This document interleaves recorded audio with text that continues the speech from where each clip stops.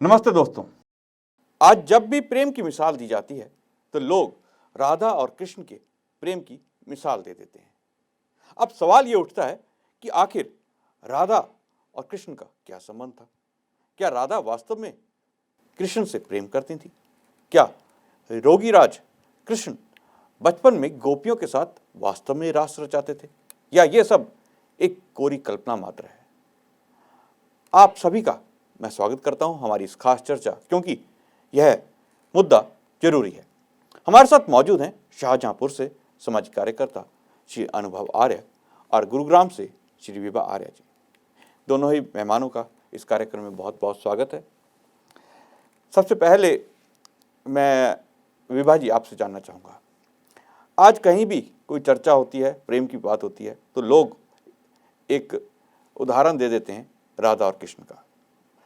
आखिर आज जिस स्वरूप को हम देखते हैं राधा और कृष्ण के बारे में हिंदू समाज के अंदर, वो क्या है? आप उसको क्या मानते हैं? वास्तव में वो क्या है, उसकी वास्तविकता? अमित जी, हम श्री कृष्ण जी को योगी राज कहते हैं। और योगी राज का अर्थ आप समझ सकते हैं, कितना चरित्रवान व्यक्ति होता है तब जाकर कहीं योगी बन सकता है। जिनको हम योगी राज कहते हैं उनको हमने भोगी राज की संज्ञा देकर समाज में अपमानित कर दिया। उनके साथ हमने चरित्रहीनता के दोष लगाए। न जाने गोपियों के साथ उनके चरित्र को जोड़ दिया गया। राधा के साथ एक पत्नी के होते हुए उनका नाम राधा के साथ जोड़ दिया गया। आज यदि हम कहें कि राधा कृष्ण की प्रेमिका थी और आज किसी व्यक्ति को हम एक प्रेमिका कहते हैं पत्नी के होते हुए, तो क्या हम उसे सम्मान दे पाएंगे? हम उसे सम्मान नहीं दे सकते। ऐसे ही श्री कृष्ण जी के भी। श्री कृष्ण जी का चरित्र तो इतना उत्तम था, जब उनका विवाह रुक्मिणी से हुआ उसके पश्चात भी उन्होंने 12 वर्ष तक ब्रह्मचर्य का पालन किया। जो इतने ब्रह्मचर्य व्रती थे, वे क्या इस तरह से रास रचा सकते थे? वे क्या गोपियों के साथ रास रचा सकते थे, या पत्नी के होते हुए राधा के साथ संबंध बना सकते थे? ये कोरी कल्पना कहूंगी, क्योंकि महाभारत के अंदर कहीं भी इस तरह का विषय नहीं है, नाम नहीं है राधा का। केवल रुक्मिणी का नाम आता है, राधा का कहीं भी नाम नहीं है। जी और अगर देखा जाए हम्म, तो श्री कृष्ण जी इतने समय तक तो ब्रह्मचर्य आश्रम में रहे, यानी गुरुकुल में रहकर पढ़े, संदीपनी ऋषि के आश्रम में। उसके पश्चात पढ़ने के पश्चात उन्होंने अपना राजकाज संभाला। उनके पास कहाँ ही समय था कि वे गोपियों के साथ रास रचाते। जी, बिल्कुल सही आपने कहा कि उन्होंने अपना जीवन जो है वो गुरुकुल में बिताया। उसके बाद वो मथुरा चले गए। कहा जाता है कि 11 वर्ष की आयु में वो मथुरा पहुँचे और उन्होंने कंस का वध किया। अनुभव जी, जिस प्रकार से राधा और कृष्ण के बारे में कहा जाता है, इसी प्रकार कहा जाता है कि उनकी 16,000 पटरानियाँ थीं, और इस प्रकार से बहुत सारी चीज़ें कही जाती हैं कि उन्होंने गोपियों के वस्त्र हरण कर लिए और वो उनसे मजाक करने लगे और रास रचाया करते थे। आज भी मान्यता है कि ब्रज क्षेत्र में श्री कृष्ण जो हैं रास रचाते हैं। ऐसी लोग मान्यता वहाँ पे करते हैं, वहाँ पे आज ऐसी ही चीज़ों को दिखाया जाता है। तो ये सबको आप किस नज़र से देखते हैं? वास्तविकता क्या है? जी, बहुत अच्छा विषय परिप्रेक्ष्य में क्या है। जैसा कि सर्वविदित है कि द्रौपदी जी का चिरहरण हुआ था, लेकिन आज के परिप्रेक्ष्य को देख के तो चीर द्रौपदी का नहीं, श्री कृष्ण का हो रहा है और नित्य हो रहा है। उनका जो चारित्रिक आवरण है, हम लोग जो को उनका अनुयायी बताते हैं, हम लोग भी उनके आवरण को नोच-नोच के फेंक दे रहे हैं। ऐसे-ऐसे गाने, ऐसे-ऐसे भजन चलाए जा रहे हैं, जिनको सुनकर ही श्री कृष्ण का चरित्र शर्मसार हो जाता है, श्री कृष्ण का चीरहरण हो जाता है। एक भजन है, छलिया का वेश बनाया श्याम चूड़ी बेचने आया। ये तो ऐसा अभद्र भजन, मतलब ईश्वर के पास, अपने परमपिता परमेश्वर के अनुयायी श्री कृष्ण के पास और कोई कार्य नहीं है। क्या अब वो चूड़ियाँ जाकर बेचेगा गली-गली? ये तो आर्य समाज की देन रही है कि श्री कृष्ण के रूप को लोग पहचानते हैं, वरना आने वाली पीढ़ी तो श्री कृष्ण को मात्र कॉस्मेटिक का दुकानदार समझेगी। मुझे याद आता है, आरएसएस के मंच पर एक जैनी संत ने कहा था कि श्री कृष्ण जैसा करोगे तो पीट-पीट कर मारे जाओगे। तो मुझे एक प्रश्न वहाँ पर करना चाहिए था, शायद कोई आर्य समाज का व्यक्ति होता तो कहता आरएसएस के मंच पर जो दुष्ट उस जैनी ने कहा था, क्या श्री कृष्ण का चरित्र तुमने कभी देखा या पढ़ा भी है? मात्र गानों को सुनकर तुम श्री कृष्ण के प्रति अवधारणा बना लेते हो। एक गाना चला, मैं करूं तो साला करेक्टर ढीला है, वगैरह वगैरह, एक सलमान खान का गाना है। मतलब इसमें अश्लीलता के तौर पर श्री कृष्ण को परोसा जाता है। शर्मसार होने वाली बात है आर्य समाज और सभी हिंदू वर्ग के लिए। सत्य यही है अमित जी कि चीर हरण द्रौपदी का नहीं हुआ, चीर हरण तो श्री कृष्ण जी का हो रहा है और नित्य होता आया है। इस राधा की बात कर रहे थे अभी हम, वो राधा तो मात्र मामी थी और श्री कृष्ण बताते हैं, श्री कृष्ण अपने लिखते हैं, मैं राधा को मात्र बाजे से जानता था, मात्र उनके तौलियों से जानता था। अर्थात सीता का, अर्थात वे माता राधा का सम्मान किया करते थे, उनके चरण स्पर्श किया करते थे, अतः वे पाजेबों से पहचानते थे। लेकिन वर्तमान में श्री कृष्ण का चीर हरण नित्य हो रहा है। जी, बिल्कुल सही आपने कहा कि आज जिस प्रकार की फ़िल्मों में भी या गानों में या कुछ भजनों में जो है श्री कृष्ण के बारे में बात की जाती है कि श्याम चूड़ी बेचने आया, या आपने जिस प्रकार से कुछ फ़िल्मों के नाम लिए, कुछ गानों के नाम लिए, उससे आज जो मर्यादा पुरुषोत्तम हमारे योगीराज कृष्ण थे, उनको लोग अलग-अलग प्रकार से और उनकी संज्ञा जो है बदल दी गई है। उनके कैरेक्टर को ही जिसे कह लीजिए, जिनको जो उनका पूरा का पूरा एक तरह से जो उन्होंने दुनिया को दिया, हमारे को सीख दी, गीता के रूप में उन्होंने प्रवचन दिया, उस सब को भुलाकर ये कहा जाता है कि श्याम चूड़ी बेचने आया। और हम कहीं जो पुराण कहते हैं, वो पुस्तकें जो हैं, उनके अंदर कहा गया है कि राधा उनकी मामी थी, क्योंकि राधा का जो पति था गोपक था। इसी प्रकार से बहुत सारी चीज़ें कही जाती हैं कि राधा नाम की कोई महिला ही नहीं थी। तो ये आखिर राधा आ कहाँ से गई? ये श्री कृष्ण की जो ये पूरा का पूरा उनके जो जीवन के चरित्र बताया गया, इसमें ये राधा का करैक्टर आ कहाँ से गया? मैं आपसे जानना चाहूँगा विभा जी। जी, जब कोई व्यक्ति अपने आप गलत कार्य करने लगता है, तो वह किसी न किसी का सहारा लेता है।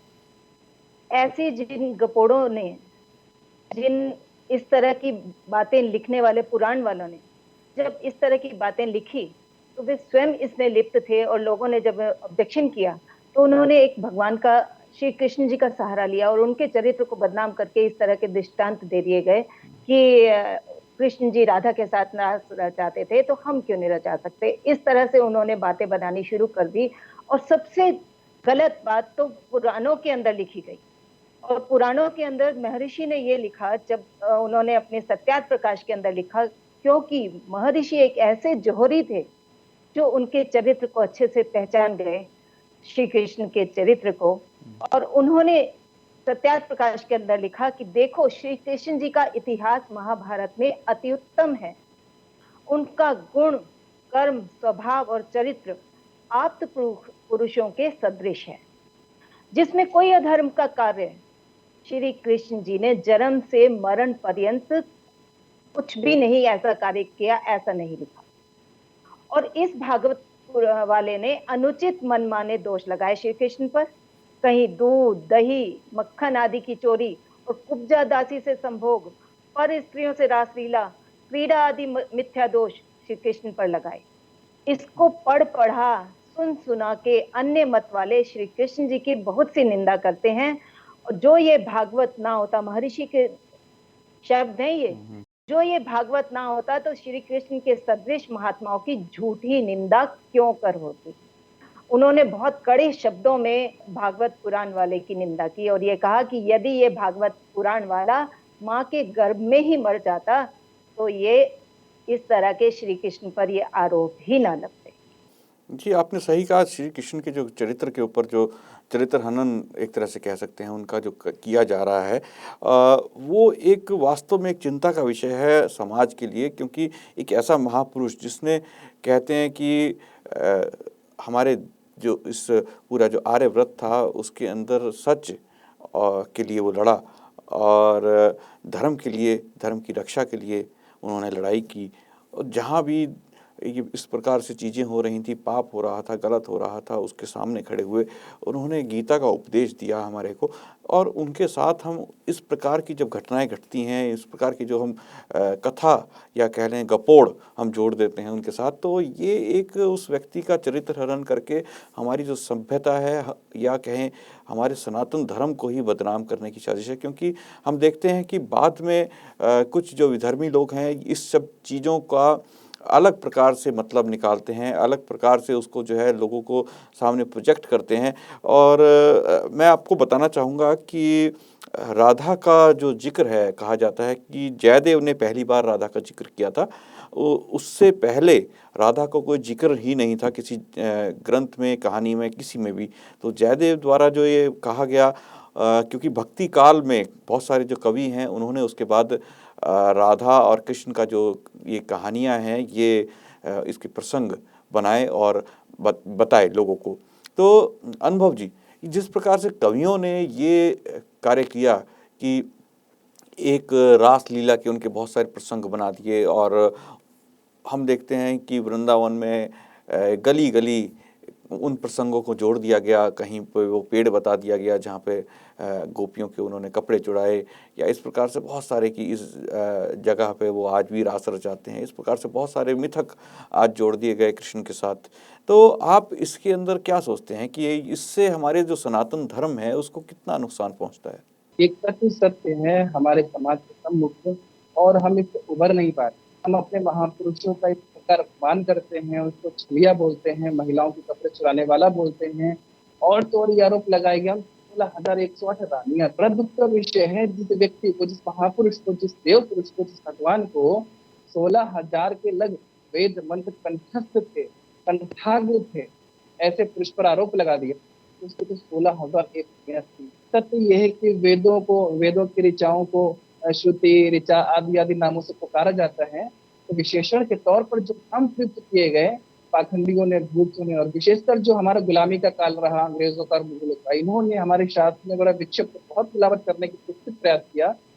इस दरमियान जो उन्हें 16,000 के लगभग मंत्र याद थे, वहां पर उनको रानिया के रूप में प्रस्तुत कर दिया गया। और जो आरोप लगा कि वो कपड़े चुराने वाले थे, या फिर महिलाओं के साथ रास लीला रचाने वाले थे, या फिर माखन चोर थे, विचार करिए जिसके घर पर हजारों लाखों की संख्या गौ प्रति हो, क्या वो ऐसा चोरी जैसा चित्रकारी करेगा क्या?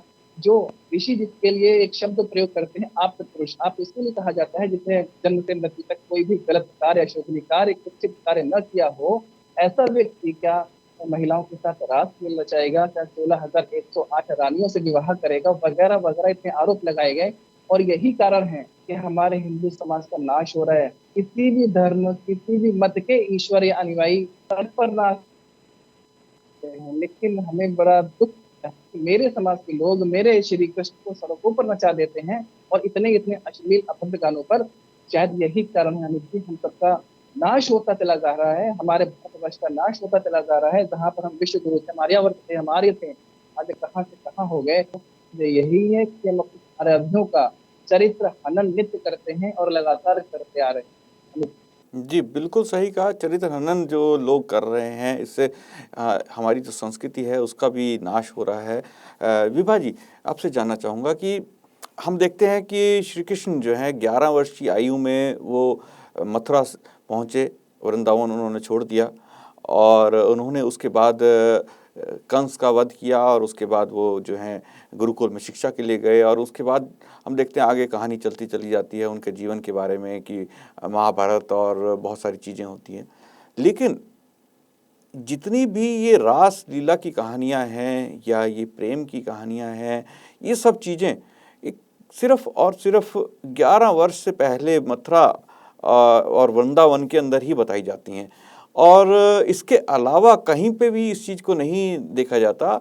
और सबसे बड़ी हम देखते हैं त्रासदी के रूप में वो कि आज मथुरा और वृंदावन के अंदर कृष्ण के साथ राधा की पूजा की जाती है, राधा के मंदिर बनाए जाते हैं, राधा की मूर्ति बनाई जाती है, और उनको पूजनीय कहा जाता है। राधा और कृष्ण का हर जगह राधे राधे हो रही है। तो ये जो चीज़ आप देखते हैं कि एक क्षेत्र में इस प्रकार की घटना हुई और पूरी उनके जीवन के अंदर कहीं भी ऐसा कुछ नहीं है, तो ऐसा कैसे आपको लगता है कि ये कहीं जिसे कह लीजिए पैसा धन कमाने के लिए लोगों द्वारा फैलाया गया झूठ मान सकते हैं? बिल्कुल अमित जी, मैं आपसे बिल्कुल सहमत हूँ कि लोगों के द्वारा कवियों ने अपनी रचनाओं को प्रसिद्ध करने के लिए श्री कृष्ण जी का सहारा लिया, राधा का नाम जोड़कर उनके रचनाएं की, कविताओं की रचनाएं की, जिसके लिए वे अपने श्रृंगार रस में न जाने कहाँ तक उन्होंने श्री कृष्ण के चरित्र का हनन कर दिया। और ये बड़ा दुर्भाग्य है कि पत्नी के होते हुए पत्नी का कहीं स्थान नहीं है। किसी भी मंदिर में चले जाइए, पत्नी का कहीं भी मूर्ति नहीं मिलेगी, रुक्मणी जी की मूर्ति कहीं भी नहीं है। और राधा कृष्ण उल्टा ये तक दिखाया जाता है वहां पर मंदिर में। हम वृंदावन गए, वहां देखा कि एक शयन कक्ष दिखाया जाता है श्री कृष्ण जी का, कि अभी भी वे आते हैं, राधा के साथ रास रचाते हैं, उनके बेड की सिलवटें दिखाते हैं कि देखिए श्रृंगार भी करते हैं, वे रात को आकर राधा का श्रृंगार करते हैं। कहाँ तक हमने उनके चरित्र के साथ हनन किया उनका। और ये सोचिए कि जिनको हम पूजते हैं, क्या किसी कैरेक्टरहीन व्यक्ति को आज हम इस तरह से पूज पाएंगे? ये तो हमारा बहुत बड़ा दुर्भाग्य है कि हमने श्री कृष्ण जी के चरित्र के साथ ऐसा अन्याय किया और उन्हें हम पूज रहे हैं। यही कारण है कि आज विधर्मी हैं, वे इसका सहारा लेते हैं, चाहे वे ईसाई हैं, चाहे वे मुसलमान हैं। वे जब हमारा धर्म परिवर्तन करना चाहते हैं तो लोगों के बीच में यही बात रखते हैं कि देखिए हमारे ईसा ऐसे थे और आपके कृष्ण ऐसे थे, वे तो गोपियों के साथ रास रचाते थे, वे तो माखन चोर थे, वे तो चूड़ी, आपके श्री कृष्ण में कोई दम नहीं है। ये कहकर उनको धर्म परिवर्तन किया जाता है। और वास्तव में जो आज का युवा है, जब वह इस तरह की श्री कृष्ण के चरित्र के विषय में पढ़ता है, सुनता है, तो वह भी ये सोचता है हिंदू धर्म ये बहुत गलत दिखाया गया है, मैं ऐसे श्री कृष्ण को नहीं मानता। जबकि श्री कृष्ण का चरित्र महर्षि ने आप्त पुरुषों के सदृश कहा, और अभी अनुभव जी ने भी कहा कि आप्त पुरुष का अर्थ होता है जिस व्यक्ति ने जन्म से लेकर मरण पर्यंत कोई ऐसा दुष्कर्म ना किया हो। और महर्षि लिखते हैं कि आप्त लोग वे होते हैं जो धर्मात्मा, कपट, छल आदि दोषों से रहित, सब विद्याओं से युक्त, महायोगी और सब मनुष्यों के सुख के होने के लिए सत्य उपदेश करने वाले हैं, जिनमें लेश मात्र भी पक्षपात और मिथ्या आचरण नहीं होता। आप ये सोच लीजिए, जब उन्हें आप्त पुरुष कहा गया तो ये कहां से उनके चरित्र के विषय में गलत धारणाएं बना दी गई। और जितना चरित्र हनन श्री कृष्ण का हुआ, उतना संभवतः किसी का भी नहीं हुआ।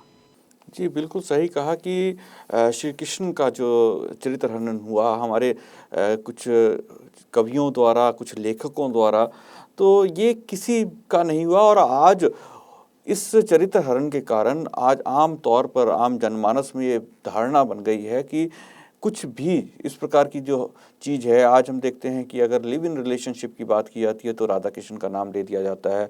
इस प्रकार का कुछ भी गलत काम होता है, प्रेम की बात की जाती है तो उसमें भी राधा कृष्ण आ जाते हैं। कहीं पे कुछ भी गलत चीज़ होती है तो वहाँ पे राधा कृष्ण के एग्जाम्पल दे दिए जाते हैं और उसको साबित करने की कोशिश करते हैं कि ये ठीक है, क्योंकि ये तो हमारे हिंदू सनातन धर्म का हिस्सा है। जबकि वास्तविकता ये है कि ऐसा कुछ नहीं।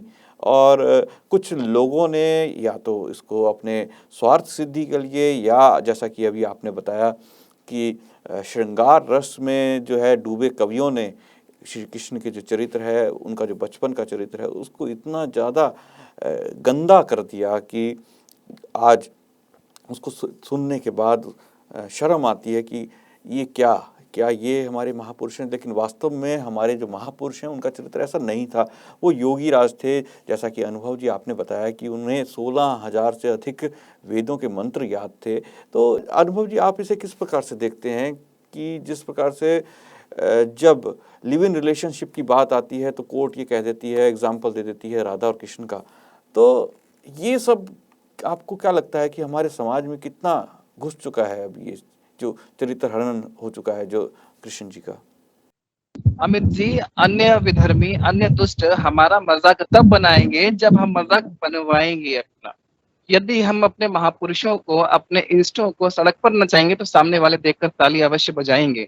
यदि हम अपने आराध्यों को ये आरोप लगाएंगे कि वो महिलाओं के कपड़े चुराने वाला था, तो सामने वाला उस पर ताली अवश्य बजाएगा। लेकिन जो उनका स्वरूप महाभारत वाला था, जो दुष्ट दलन, जो 16 कलाओं के ज्ञाता थे, जो वेदों के अनुषंगिक चलने वाले थे, जो वैदिक धर्म के संस्थापक थे, इस स्वरूप को हम दिखा नहीं पाते। इसी वजह से सामने वाले जो विधर्मी हैं, जो दुष्ट हैं, जो हम सबका मजाक बनाते हैं, जो हमारे वैदिक सभ्यता का मजाक बनाते हैं, उनको एक अवसर मिल जाता है कि अरे इनके तो इष्ट ऐसे हैं, इनके तो भगवान ऐसे हैं, तो ये लोग कैसे हों। इसी प्रकार से अभी जो लिव इन रिलेशनशिप चल रही है, इसका कोर्ट में भी जो मुकदमे वगैरह गए, तो वहां पर भी श्री कृष्ण और राधा का उदाहरण दिया गया। लेकिन काश श्री कृष्ण के साथ रुक्मणी को प्रस्तुत किया जाता और उनके जीवन को दर्शाया जाता, तो हमारे युवाओं में एक वीरता का भाव जागता। लेकिन कुछ विधर्मी ये चाहते नहीं है कि हिंदू मत एक हो जाए, हिंदू धर्म एक हो जाए, वैदिक मत में पुनः एकता का भाव आ जाए। इसीलिए भिन्न भिन्न प्रकार से तोड़ने की सुनियोजित षड्यंत्र रचते रहते हैं। यदि रुक्मणी का चरित्र वहां पर दिखाया जाता कि 12 वर्षों के पश्चात किस प्रकार विवाह के उपरांत ब्रह्मचर्य को धारण किया और ऐसा ऐसा पुत्र को जन्म दिया, श्री कृष्ण और उनका पुत्र सामने खड़े हो जाए, तो माता पहचान नहीं पाती थी कि मेरा असली पुत्र कौन सा है। इस प्रकार का अदम्य साहसी वीर पुत्र जन्मा। लेकिन इस प्रकार के कारनामे, इस प्रकार का वीरता का भाव हिंदू समाज के मध्य प्रस्तुत किया नहीं जाता, ताकि वीरता का भाव ना आ जाए, हिंदू समाज में एकता का भाव ना आ जाए। जी, बिल्कुल सही कहा आपने कि ये सब हमारे सनातन धर्म को कमज़ोर करने की एक साजिश है कि उन्हें एक नीचा दिखाया जाता है हमारे महापुरुषों को, और उसके बाद ये कह दिया जाता है कि देखो तुम्हारे महापुरुष किस प्रकार की हरकतें कर रहे हैं। और वहीं अगर कोई व्यक्ति किसी की किताब या किसी के उसमें किसी भी जो भी उनके महापुरुष जिन्हें वो कहते हैं उन लोगों के बारे में कुछ कह दे, किसी अन्य धर्म के लोगों के बारे में, तो गर्दन तक काटने की बात आ जाती है। विभा जी, हम देखते हैं कि दूसरे धर्म के लोग आज मजाक उड़ाते हैं श्री कृष्ण जी के चरित्र को, लेकिन अगर उनके धर्म को लेकर कोई बात की जाए तो आज वो जान लेने तक के लिए उतारू हो जाते हैं। तो आपको क्या लगता है, वास्तव में जैसा कि अनुभव जी ने कहा कि एक साजिश है सनातन धर्म को नीचा दिखाकर सनातन धर्म को मानने वालों को कन्वर्ट करने की, उनको आसानी से अपने धर्म के अंदर ले जाने, अपने मत के अंदर परिवर्तित कर देने की? देखिए, जब तक हम इस श्री कृष्ण जी के चरित्र को अच्छी तरह से नहीं समझेंगे, विधर्मी इसका पूरा लाभ लेने के लिए तैयार है। हमें आज बच्चों को सिर्फ हम जो सिखाते हैं श्री कृष्ण के विषय में, वो केवल इतना बताते हैं श्री कृष्ण माखन चोर थे। अगर दिखाते हैं विद्यालयों में भी, तो कृष्ण जी के जन्माष्टमी के विषय में अगर दिखाते हैं तो गोपियों के साथ ही दिखाते हैं। छोटे छोटे गोपियां बना देते हैं और कृष्ण जी के बीच में वो खड़ी हैं और कृष्ण जी को घेरे हुए हैं। उनका चरित्र बच्चों के दिमाग में यही बिठा दिया जा रहा है। हम क्यों नहीं श्री कृष्ण के विषय में उनके योद्धा के रूप में उन्हें प्रदर्शित करते हैं? क्यों उन्हें योगी राज के विषय में उनको प्रचलित करते हैं? क्यों नहीं करते? यही कारण है कि आज विधर्मी लोग इसका फायदा उठा रहे हैं। और हमें, यद्यपि श्री कृष्ण हमारे सनातनी बंधुओं के आराध्य व उपास्य हैं, तथापि उनके चरित्र की रक्षा व उनके ऊपर लगाए गए मिथ्या दोषों से उन्हें मुक्त कराने के कारण उनके वास्तविक उत्तराधिकारी यदि कोई है तो मैं कहूंगी महर्षि दयानंद और उनकी संस्था आर्य समाज है। जी, और बिल्कुल। आर्य समाज को ये पूरा इस समय में आगे बढ़कर इस कार्य को लेना है। जितना प्रचार हम कर सकते हैं कि योगी राज श्री कृष्ण के रूप में, उनके एक योद्धा के रूप में, एक ब्रह्मचर्य के रूप में यदि हम उनका जितना प्रचार कर सकें, आज श्री कृष्ण का वास्तविक स्वरूप हमें दिखाने की आवश्यकता है। दुनिया मानेगी, ये समय आएगा। आज मैं उनकी भी वीडियो देखती हूँ, नरसिम्हानंद जी की, वे भी राधा के विरोध में बोल रहे हैं। जब इस तरह से उनकी वीडियो जाएंगी तो देखिए, इस तरह से हम ये समझ सकते हैं कि वह दिन भी आएगा जब सब उनकी पत्नी को रुक्मणी के रूप में स्वीकार करेंगे। जी, आपने बिल्कुल सही कहा। और हम देखते हैं कि बहुत सारे ऐसे मंदिर हैं आज भी। मथुरा के अंदर एक द्वारकाधीश मंदिर है जहाँ पर रुक्मणी को अब की जो मूर्ति है उसको जो है लोग आराध्य के रूप में देखते हैं। इस प्रकार से बहुत सारे मंदिर भी अब बनने लगे हैं और जन जागृति लोगों में आ रही है। लोग आखिर पूछ रहे हैं कि आखिर राधा के होते रुक्मणी उनकी पत्नी कैसे हुई। तो जब वो बात होती है, मुद्दा उठता है, तो लोग उस पर चर्चा करते हैं। तो जिस प्रकार से आपने बताया कि महर्षि दयानंद ने बताया वास्तविकता, तो वो वास्तविकता जब लोगों के सामने आती है तो वो मानते हैं कि हाँ, उनके महापुरुषों के जो चरित्र है उनका हनन हुआ है। और जब हमें पता चलता है कि श्री कृष्ण जो सुदामा के साथ उनकी कहानियाँ प्रचलित होती हैं, जो गीता के उपदेश उनके प्रचलित होते हैं, जो उनकी वीरता की कहानियाँ प्रचलित होती हैं, वो सब चीज़ें जो दिखाई जाती हैं, जो बताई जाती हैं, वास्तव में वो कृष्ण जी का वास्तविक स्वरूप है। उनकी वो कितने बड़े योगी थे, उनको शस्त्रों का कितना ज्ञान था, युद्ध कला का कितना ज्ञान था, 16 कलाओं के वो माहिर थे। तो इस तरह की जो चीज़ें जो हैं, उनको जब पता चलता है तो वो मानते हैं। लेकिन आज भी बहुत सारे लोग ऐसे हैं जो धन और जिसे कह लीजिए नाच गाने को अपना, जिसे कह एक उन्होंने धंधा बना लिया है कि कृष्ण जी के नाम पर नाचेंगे, गाएंगे और पैसा कमाएंगे जो दान दक्षिणा के रूप में उनको मिलेगा। तो इसलिए वो इन सब चीज़ों को गौण करने का खुद ही प्रयास कर रहे हैं। कह सकते हैं कि सनातन धर्म के पैरों पर कुल्हाड़ी खुद सनातन धर्म के लोग ही आज इस तरह से मार रहे हैं, अपने चरित्र, अपने महापुरुषों के चरित्र को खराब करके। तो आप दोनों ही मेहमान हमारे इस कार्यक्रम में जुड़े। जन्माष्टमी का मौका, आज हमने कृष्ण जी के जो चरित्र है उसके ऊपर चर्चा की कि वास्तव में उनका चरित्र, जीवन चरित्र क्या है और लोगों ने किस प्रकार से उनका जीवन चरित्र को बदल दिया है। उसके ऊपर बहुत सारे गलत लांछन लगा दिए हैं जो कि वास्तव में है नहीं। तो सभी दर्शकों को भी जन्माष्टमी की शुभकामनाएं। मैं अपने दोनों ही मेहमानों को इस कार्यक्रम में शामिल होने के लिए बहुत बहुत धन्यवाद कहना चाहूँगा। दोस्तों, कल फिर मुलाकात होगी एक नए विषय, एक नए मुद्दे के साथ। मुझे दीजिए आज्ञा। नमस्ते।